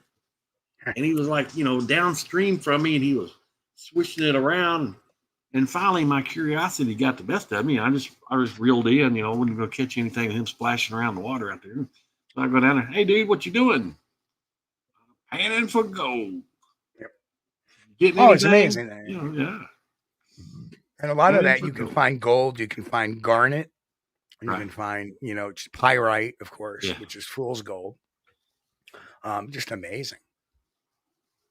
All right, last case we're going to be talking about tonight was a Lizard Man investigation, 2008. That is the man to my immediate right is was the current sheriff at the time of the investigation. Mm-hmm. Name forgotten, and the couple to the far left there is to my right, also to my right because I'm facing everybody, but to the left of the picture is the Rawsons. And the Rawsons claim that their car had been chewed up by the Lizard Man. Now, during that investigation, we had talked to Liston Truesdale, who was the sheriff of the county at the time of the original Lizard Man breakout back in 1981. And I could show you those pictures, but they're so old and they're really not very detailed. And he showed us the tracks he had cast, and those tracks were very obviously fake. You could see dowel marks in them. All the toe splays were the same. They were three-toed, didn't look anatomically correct for something that was bipedal. Looked more like a bird than it did anything, but it was definitely man-made, the size of them. There was no bird. They constructed it very much like a bird. Like it had this pad and then three very long clawed type of toes that it was definitely not something that would walk. But they were coming up.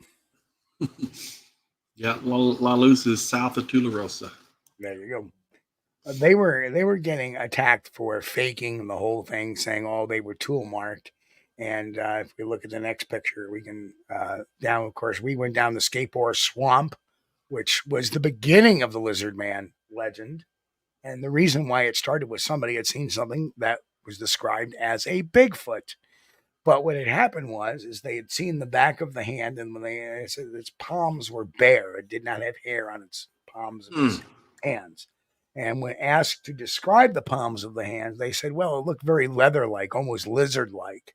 And hence, the Lizard Man was born. And so the Lizard Man was not really a lizard man. It was a Bigfoot that was just the hands were described looking leathery or lizard-like. And that's how they ran with that name.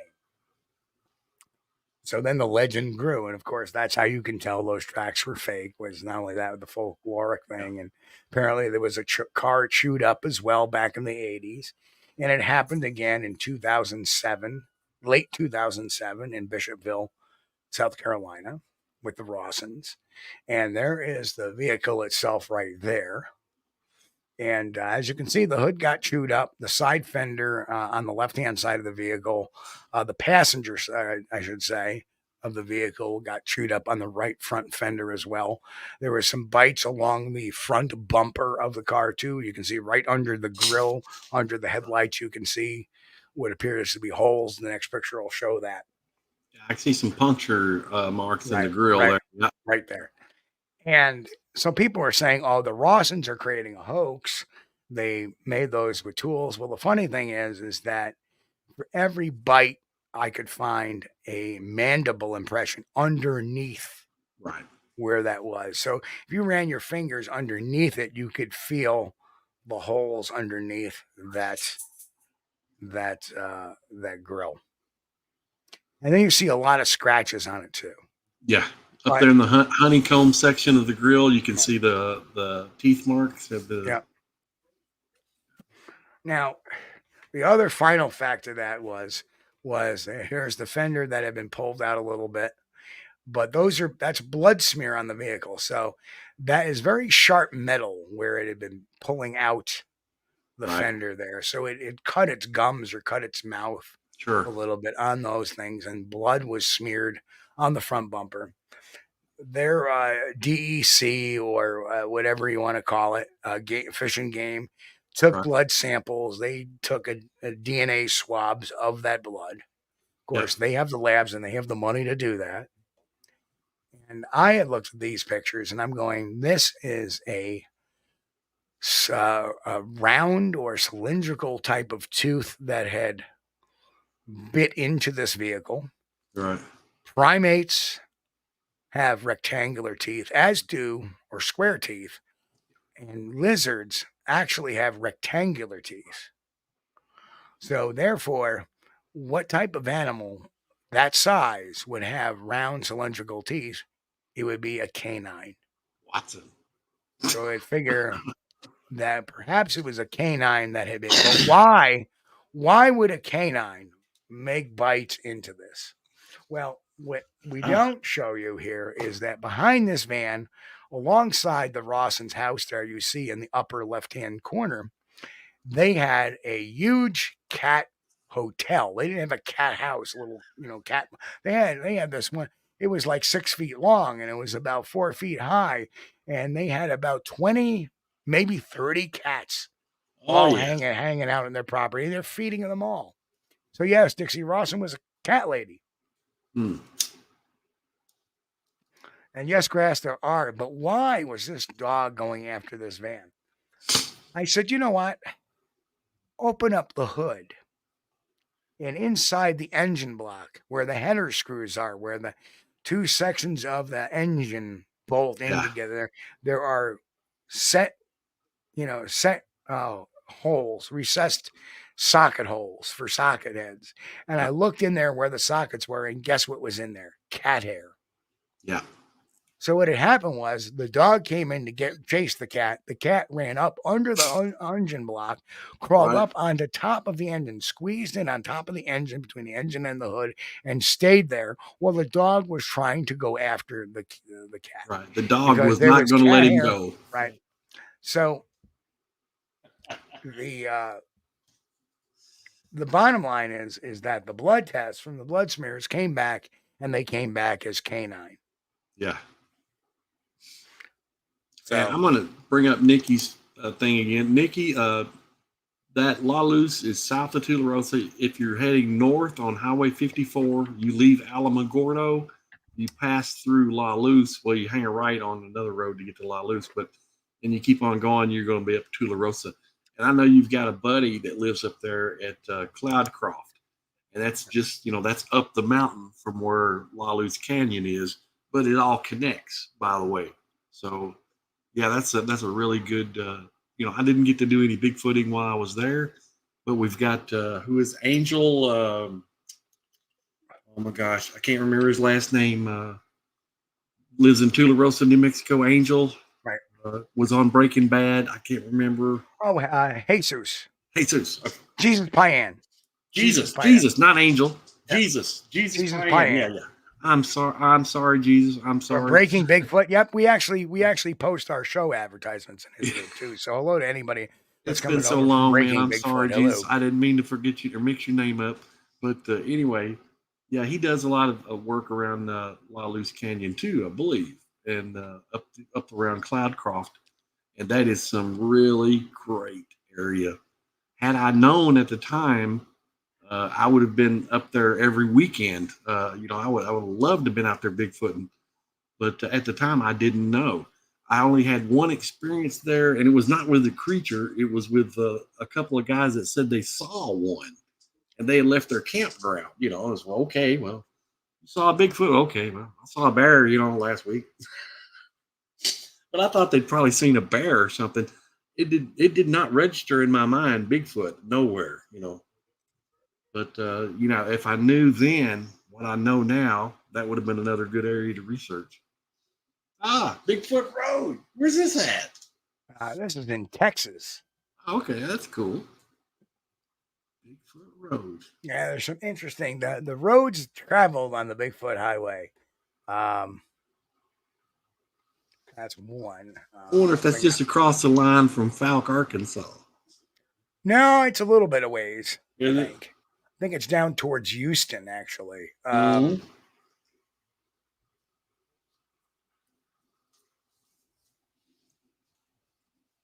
Another interesting place I've been in. That'll be a topic for another show at another time. Oh, Honey Island. Oh, yeah. Honey Island Swamp, man. And then I think I got one more here to show. I just saw it not too long ago on YouTube. There's still people that are using the recording that was studio created for the Honey Island Swamp Monster documentary.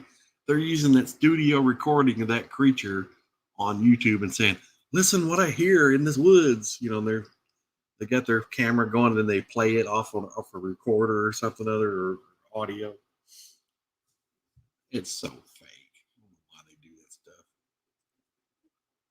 Show you a picture of me in the Honey Island Swamp right there. There's a picture of me in Honey Island Swamp. That's where I got the picture of me from for tonight's graphic. And the amazing thing is when I went through a hurricane, mind you, this is circa 2006, 2007. I see the tree down. Yeah. That's all remnants of that big hurricane that had come through that had flooded New Orleans and caused that big disaster where the levee walls broke. Yeah. And there would be times that we were going through the water and we would find a boat up in a tree up at this level. That's how high the water was at that time. Wow. During that hurricane, this was all underwater. Well, was that guy's name Ford that got the video of the Honey Island Swamp Monster? Or Harlan Ford, yes.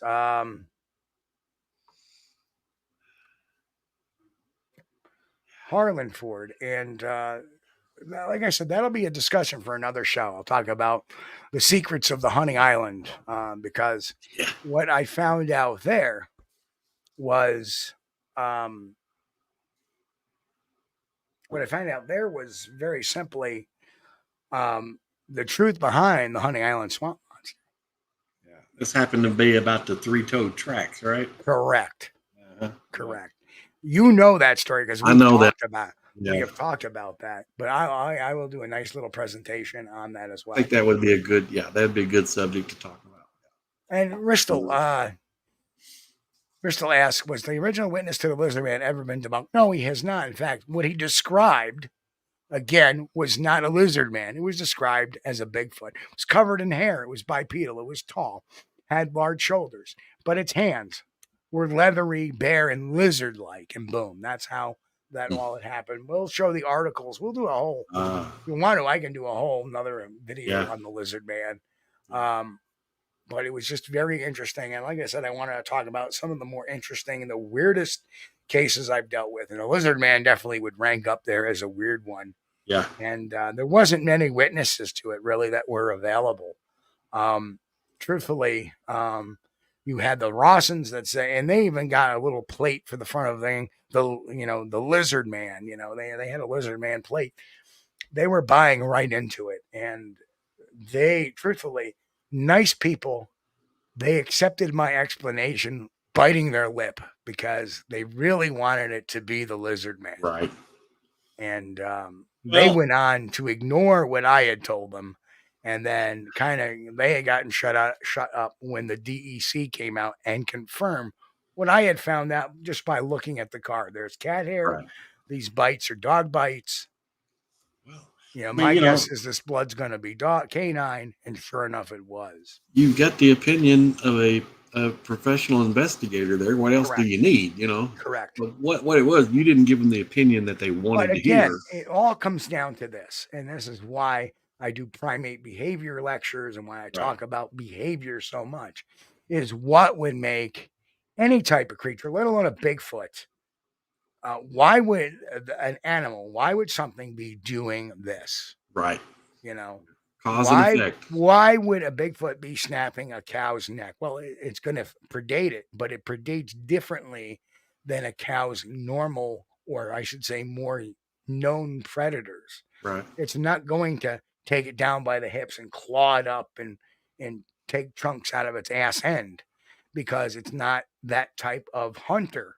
Right. It's going to come up to it, snap its neck. It's going to punch it in its gut. It's going to pull out what it needs to eat, and then it's going to leave. Right. And coyotes, typically won't go after a cow, but there have been cases where they do, and they always start at the back end where they can tear at the soft tissue. Right. But I don't want to talk about that. That's nasty. Right. So, that's what you have to think about, is why is this going on? And it all comes down to behavior. And why would an animal be attacking this vehicle? And then you see the cats. And then, well, why, the bites are canine. Why would a dog be attacking this vehicle? Let's open the hood. And sure enough, cat hit him. You can tell there's the cat hair all over the friggin', all in the header bolts. That's it. Because nobody cleans their engines on a regular basis. Yeah. Right? Yeah. So, if you even think about it, on a cold night, if they use that van, that engine block is going to be nice and warm at a particular point in time too. Yeah. And cats love warm things. And Martin McTighe says swamp creatures, rougarou, down there in southern and eastern. Well, the funny thing is that as much time as I spent in the hunting island, nobody talked about the rougarou. In fact, our main witness down there was a gentleman by the name of Denty Crawford. Mm-hmm. And I might as well spill the beans on it. I know. So Denty talked about his own Bigfoot experience. And he goes, no, it had 5 toes. I saw it walk away. I saw the bottom of the foot as it walked away. It had 5 toes. It was not a 3-toed creature like these other tracks. And he goes, and then we talked to a couple other witnesses too that had sightings, and they're describing a traditional looking Bigfoot, a very human-like appearance foot, which a Bigfoot does because it has inline toes. The actual structure is different, but it looks the same because of the inline toes. So we saw a lot of animals that would make those kind of impressions. We've seen the herons, cranes that would make these big 3-toed impressions in the snow. We'd also plenty of alligators down there too, which their dew claws could make that kind of impression as well. What we were told is that the hunting island creature exists, but not in the area that people think it is. Everybody goes to the southern end of the hunting island swamp. Yeah. Which is where all the tracks were allegedly found and all that. Right. It's Denty's contention that the tracks were created because on the northern end of the swamp, the more forested area of the swamp, that's where these things were actually being seen, and they weren't being described as anything other than what a Bigfoot looks like. But they didn't want Bigfoot hunters going up into that area. Why? Because they had a lot of illegal stills going on in that particular area. Moonshiners. Yeah. And there may have been some cannabis there too. Right. Right. So, in order to get people away from that northern end and having interlopers interfering with stills and getting law enforcement or rangers up in that area because of these sightings, Right. they created this buzz about these three-toed tracks that are found on the south, where they were miles away, and miles, I mean, not driving by road or walking. You have to go there by John boat. So it takes a while, and it's a very arduous and tricky trip if you do not know those swamps too well. Yeah. So that's the reason why those tracks were created and why that was done. The Harlan Ford film may very well be authentic, and it was created. It may not have been in the location he said it was, because that gets the powers to be, the moonshiners, because let's face it, there may be some independents, but a lot of them were organized crime. Yeah. Yeah. So you don't want to piss those people off. So they created this down south on the southern side of the Honey Island swamp to get the Bigfoot hunters out of the northern side of the swamp. Right. And that was the real reason why it was done. But Denty said, no, this thing had 5 toes. I saw the feet. It's definitely not anything. And so very, very interesting guy. Really quite a character, Vietnam veteran. I don't even know if he's still alive yet. I remember watching an episode of Swamp Loggers, and there was one guy, and I can't remember his name because it's been so long ago, but he was talking about a rougarou, and he said there was one they called One Eye. He had one eye, so you could see him every now and then. They could see him at night when they were shining the light around, one big red eye. Right. Well, that seemed interesting. The very interesting one I have always found was out of Pennsylvania, and the late great Dave Dragosin talked about it. Was when he first started doing sketches for Bigfoot. This woman described a Bigfoot with almost like a hair lip. It had a cut lip. Yeah. And many, many years later, he had talked to another witness, and when she described it, and it was within a few miles of that original hair lip case. Mm-hmm. It turned out he described this Bigfoot also had the cut lip too. I'll be dang. So same character, like 5 or 6 years later. That's interesting. Well, as an investigator, that's a piece of corroborative effort. Is it scientific evidence? So number one, no. Again, my job as an investigator is not to be scientific. It's to be using investigative principles, not scientific principles.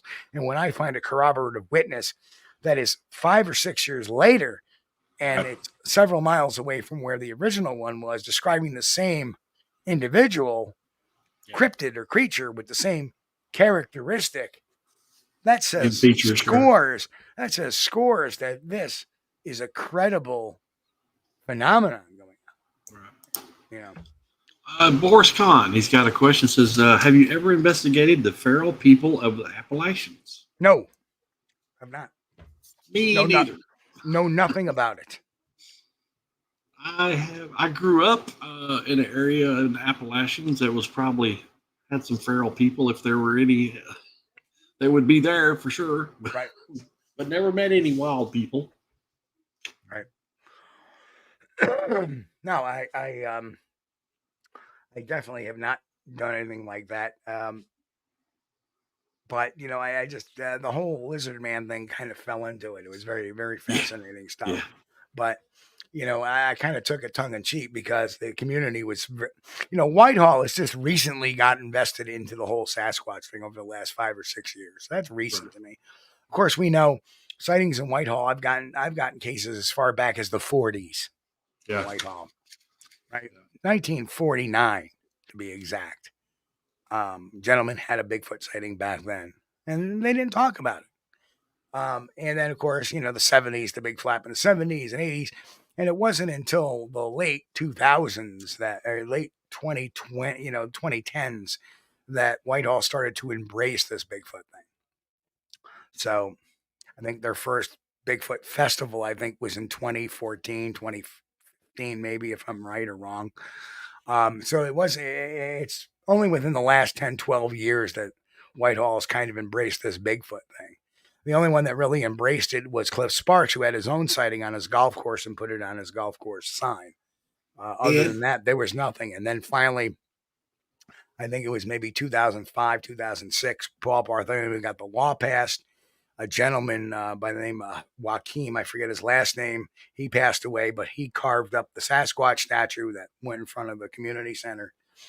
And now they finally got their historical marker, which we showed a few weeks ago or a month ago on the show. And I did want to mention, Steve, that I just had recently found this out. Matter of fact, not last Friday, but Friday, August the 1st, that Bowling Green, Kentucky, sponsored a Bigfoot Minicon. They call it Bowling Green Bigfoot Minicon. And that's Bowling Green, Kentucky. It's only about 35 miles south from where I'm at.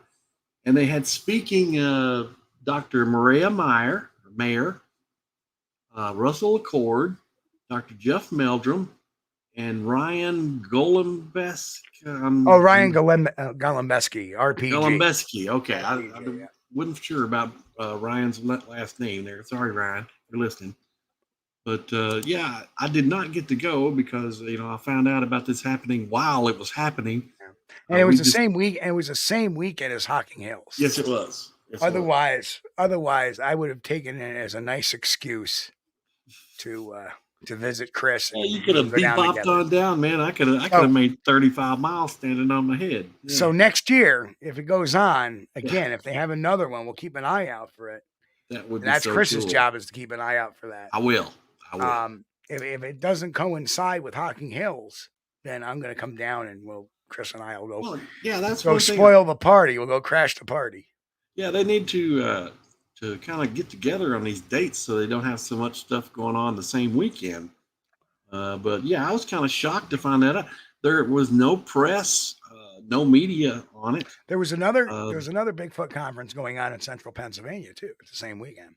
Well, my son Andy, my youngest son Andy, and I were coming back from the old home place, and we had heard it that Friday on the radio, and I was like, "What?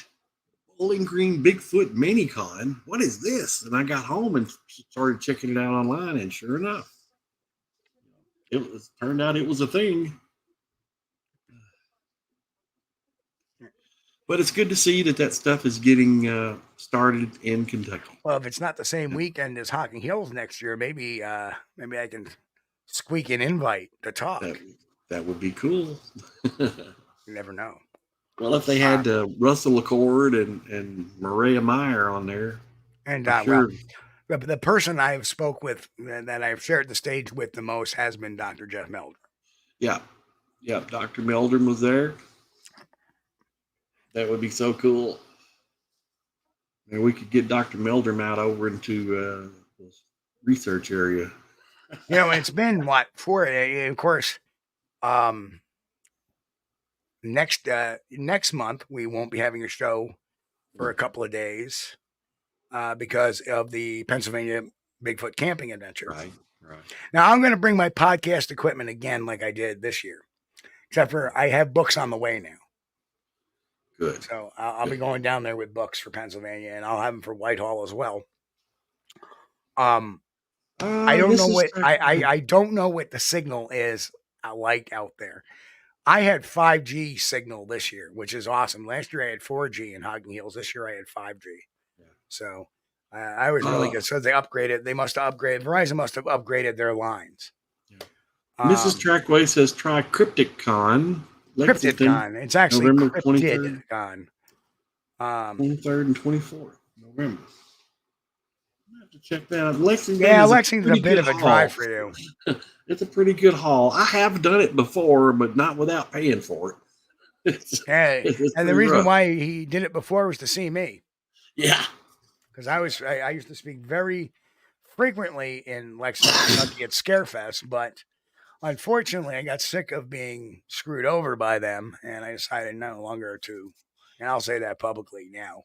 Well, we were standing there waiting to get in the room where Steve was going to speak, and I kind of casually just looked over my shoulder, and the guy standing next to me was that guy from what was it? That movie, Steve? The one where the people gets killed and he like designs some sort of traps for them. Saw. Saw, yeah, the Saw guy. What's his name? Tobin Bell. Yeah, Tobin Bell. That's him. Right. Yeah, he's like standing there. Yeah. Okay. And he was given a speech or presentation. Well, Scarefest it was the most interesting place because there I am pardon the expression, taking a whiz at a urinal, and all of a sudden the guy comes into the urinal next to me. I look over, it's freaking Malcolm McDowell. Yeah. Wow. Yeah, that's cool. That's cool. And of course, the coolest event, the coolest time ever was being rushed out of my lecture the very first or second year I was there. And there was Kevin Graveau, who played Drax in the Underworld movies, the big lichen. He was sitting there waiting for me because he wanted to have a discussion on Bigfoot because he's practically a PhD in engineering. So he wanted to learn all about the mechanics of this Bigfoot mystery. So great guy. And Andy, my youngest son, he got to make photos with the Friday the 13th guy that played Jason. God, I've had some really interesting people. Names. I mean, another one that showed up at my booth one year at Scarefest that wanted to talk about Bigfoot was Courtney Gaines. Courtney Gaines, if you recall, Children of the Corn, the remake. Yeah. Right. He was in The Burbs, and he was in several other horror movies and stuff. A great guy. And then he wanted to talk about it. And then I am at a Comic-Con in Saratoga one year. Yeah. And who do I find at my table? Jason Mewes. Now, if you're wondering who Jason Mewes is, he's the same guy. Hold on. He's the same guy that went with Jack Osborne, Ozzy Osbourne's son, in the hunt for Bigfoot, right? But Jason Mewes is better known as part of the duo Jay and Silent Bob. And it was great meeting him and talking Boris about Bigfoot with him as well. It was kind of interesting the people you run into and have conversations with at these conferences and stuff like that. It was and of course Hodder. Kane Hodder. Kane Hodder. Yeah. Tickled Andy to death. He got his picture with Kane Hodder. Right. For nothing because we asked. Yeah. And that's so good. I knew Kane for a couple of years going to the show. We would talk and hey, Kane, can you get my buddy's friend? Oh yeah, come on over here. And he was charging people to do it, but he did it for nothing for my friend Chris Bennett and his son Andy. So that was Kane. Kane Hodder was who played Jason in the original number Friday of the Friday the 13th movies. And he also played the undercover cop in the movie Monster that arrested Eileen Wuornos. If you ever watched the movie Monster, which is about serial killer Eileen Wuornos. I think I've seen it, but it's been a long time ago. He was the undercover cop in the bar that arrested her. Okay. She walked out, now I'm going to go back and watch it now. Yep. Yeah. But Kane, thank you, buddy. If you're listening, and Andy really appreciated that. And of course, that great movie Stuntman. I mean, I know all of the Hollywood Ghost Hunters, which was Kane Hodder, R.A. Maloff, who played Leatherface. Yeah. And Rick McCallum, who was a Hollywood stuntman. Great guy, Rick McCallum. I'm still in contact with him today. Great guy. Yeah. When there was a lot of famous. Well, a lot of fun things were going on, but here was the issue. The issue was that it would cost me about $1,000 to go there. Right. And I was providing them a lecture, and I wasn't getting paid to provide that lecture. And they were working on the credo that, hey, I'd been on the History Channel, I'd been on, Discovery Network, I had been on NatGeo, I'd been on all these shows, and I was footing my own bill to the point where, okay, we'll give you a table, but you got to pay a discounted rate. So I'm still paying for my own table. For a couple of years, I got a free table, but the last year I had to pay. Yeah. And then finally, they bring in somebody else in the cryptozoology field. Right. And that annoyed me because they were paying for his hotel, they were paying for his travel, they were paying for his table. Oh man. Well, I had been going there for what, 4 or 5 times. So I Right. invested 4 or 5 grand over the course of years going there, Yeah. hoping that it would lead. No, we'll bring in somebody else and keep you. And they were asking me to come back, and they weren't giving me anything. So I'm like, I'm done. They insulted me. They slapped me in the face. Not that I have anything against the person they asked to come there, Right. but I had paid my dues, Yeah. you know. So I was done with it. And And sometimes you have to you drew make those. people. I've talked to people from Texas that came from Texas to hear you speak. Well, exactly. Yeah. There was people From that drove Texas from to Texas Lexington, to come. Kentucky. I was really surprised. And you know what? I was told too by a couple of people, by the people at the table, you know, in Hocking Hills, there were people that were coming there to see me specifically. And Yeah. I am honored that people would do that. I am honored Yeah. and I am humbled by that. Don't think I'm getting a big head. I'm really honored that people would do that and humbled. And if you're coming from a long way just to see me, please let me know. I will give you my undivided attention afterwards. Yeah. Really, I owe it to Yeah. you. When somebody 'Cause I grabbed feel my hand honored and to, right, somebody grabbed my hand and said, "Are you Chris Bennett?" I said, "Yeah, of course, every day." yeah. It's I kind of couldn't rare believe when it. Chris and I make public appearances together I because couldn't believe it. I was like, Chris is not a public appearance guy. yeah, I go tell after I meet somebody that's kind of excited, you know, I'm like, "Steve, did you pay that guy to come over and shake my hand? Come on, I did. really? He did. Chris always gets paranoid about things like that. He's like, "Did you pay him?" No, I didn't Pay that guy to come shake my hand? Come on, dude." Why would I do that? You do this long enough, and you've done it long enough that people start to recognize, know you and like you. It just, I don't know why people like me. I mean, Well, friends like me are hard to find. They're even harder to get rid of. But I but am anyway. not famous, and I will never be famous. If somebody comes up to me and I'm, knows me, yeah, that's I'm shocker. famous, all right, and in some circles, infamous. But anyway. I looked that up a while ago. That movie that Guy Pearce was in, that was shot and filmed Yes. in Horse Cave, Kentucky. It's called "Disturbing the Peace." Seen it. It was made in 2020, and I was thinking about maybe one of these days going and doing a filming locations video, Sure. like show the scene and say, okay, here we are at the end. This restaurant. This is where this scene was filmed. Blah blah blah. But I don't know if anybody would be interested in it. I saw the movie; it was okay, you know. Well, that's true. Matt will be Matt Larson will be a resident of Kentucky by next year. Yeah. And I think we should crash that mini-con with him too. Yeah. Yeah, I think, well, Matt's supposed to be up Maybe we'll rang up Charlie Raymond too, and the 4 of us will go in there and create August to September. That would be good. The 4 horsemen show up at the we're the 4 horsemen of Bigfoot now. I remember years ago, people were calling me Billy Willard, Eric Hallman, and Sean Forker because we had the whole blog talk block going on at the time. They're calling us the new 4 horsemen. And then somebody came up with, because we had busted some hoaxers in one of the groups, they were calling us the 4 jackasses. That's Squatchery. And of course, we took that as a badge of honor. Thank you. Yes. And every time we would get on a show together, we would go, hee-haw. Just like in It's a Wonderful Life. We're like, hee-haw, hee-haw. 4 horsemen and the 4 jackasses. That's wonderful. That I'll is take wonderful. The 4 jackasses. That's Patria. I would take that any day. Yes, sir. Right. That's right. Oh man.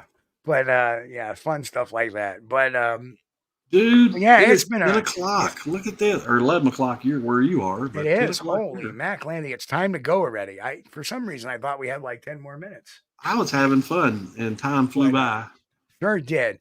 So, folks, we will be back this Friday night, 9 p.m. Eastern, for an all-new Bigfoot Friday night, or Friday Night Bigfoot. And what we will do, what we'll be covering, I don't know, but I got some stuff that we will be looking at Friday night for sure. I've been working on it already, but I'm not going to let the cat out of the bag yet because I don't know which stuff we want to look at first. Depends on my mood. Yeah. And you never know what might happen between now and Friday. But again, Thank you to Walter and Jay for gifting memberships tonight. Thank you, Eyes in the Woods, for your $20 donation, and thank you to our new member. And for some reason that is not there. I believe, what was his name? I forget. I'm so sorry, I forgot your name. Ah, dang it! That was way up in the very beginning. Yeah, the chat has really been going tonight. It has, but we thanked him in the very beginning, and come on, Get up there. Goodness, 5 billion. Yeah, it just keeps going up and up and up and up and up and up. Wow. I'm almost there. Larry Sharp. Larry Sharp, that's it. Larry, thank you again. But thank you to Larry. Thank you to Walter and Jay and Eyes in the Woods for all your wonderful help tonight. We will be back Friday night with an all-new Bigfoot Friday nights.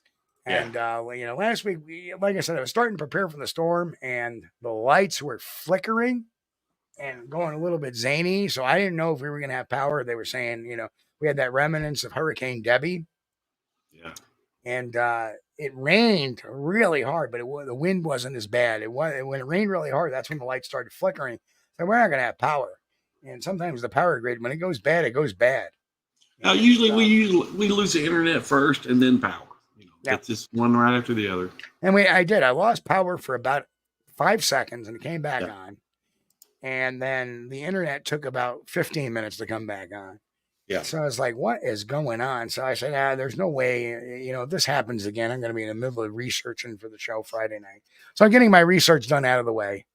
Everything is fine. Power's been good. So, and matter of fact, we had a downpour just before the show here. We had a downpour here, like another tropical rainstorm here just before the show tonight, but nothing affected anything. So it was actually a little bit windy. It's actually windier than the rain we got last time. So I was like, oh no. Power going to start flipping out on us again, but we hung tight tonight. But anyway, folks, we will catch you all here next Friday night, 9 p.m. Eastern. Chris, do your thing. Send everybody out. Yeah. Again, I want to thank everybody for joining us and hanging out with us again on Sunday night. We're always honored to have you, and it's a thrill. You guys are I'll say it again because it's true. You guys are the best audience in Bigfooting and the best audience we could ever hope for. And we're pleased and honored to have you. If it's your first time watching the channel, hit the subscribe, smash the like, thumbs up button on the way out. And if any of you guys are listening over on the podcast, come on over to the YouTube channel. Gosh, what is it, Steve? We changed the name of it. Well, it's still Squatch-D-TV. It's still the same channel. It's still Squatch-D-TV. YouTube.com /Squatch-D /Squatch-D-TV. We've just called ourselves the Bigfoot Mystery the Squatch-D-TV, just to give a kind of a name and, where we fall into the track of things. Right. So people can search up Bigfoot and we'll pop up. Yeah, that makes sense. But thanks again, guys. I appreciate you guys. Thank you. And folks, again, on behalf of me and Chris, thank you everybody for being here. We love you guys. We have the best audience in the world. And, again, it's all about the truth and reporting what happens honestly with integrity, regardless if it's pro Bigfoot, anti Bigfoot, or whatever. We're about the truth here.